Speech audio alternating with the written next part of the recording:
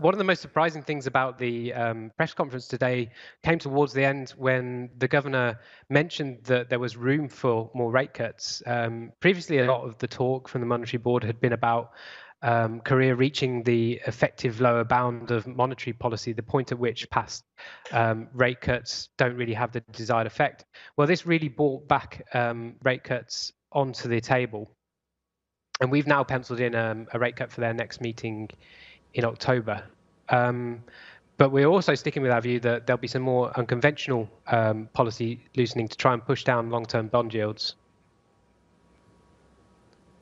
So, Alex, what does that unconventional policy look like? What other tools does the BOK have to address this? And perhaps are there other measures that the government can also take from a fiscal side to improve the outlook from here?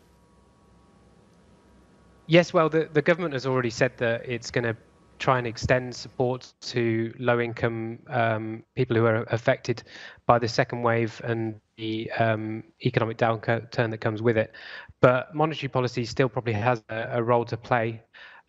So far, the bank has said that it will intervene if there's excess volatility in long-term bond yields. But it stopped short of giving anything more sort of explicit as a commitment. So we think the most likely next step is some sort of yield control, probably with a yield targeting the 10-year bond yield, for instance. Okay, interesting. Alex, what do you think the upcoming trade data is going to tell us about the state of the global recovery? Yeah, so obviously Korea are a very good bellwether for trade across the world because they're a large open trading economy and they're really timely trade data. So we actually have trade data for the first 20 days of August.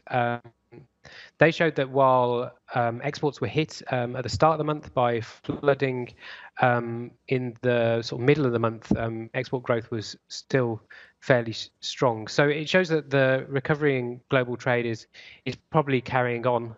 That said, if you look at it in levels terms, it's still well below, exports are still well below what they were averaging over last year. So there's still a fair way to go before we're back to pre-crisis levels.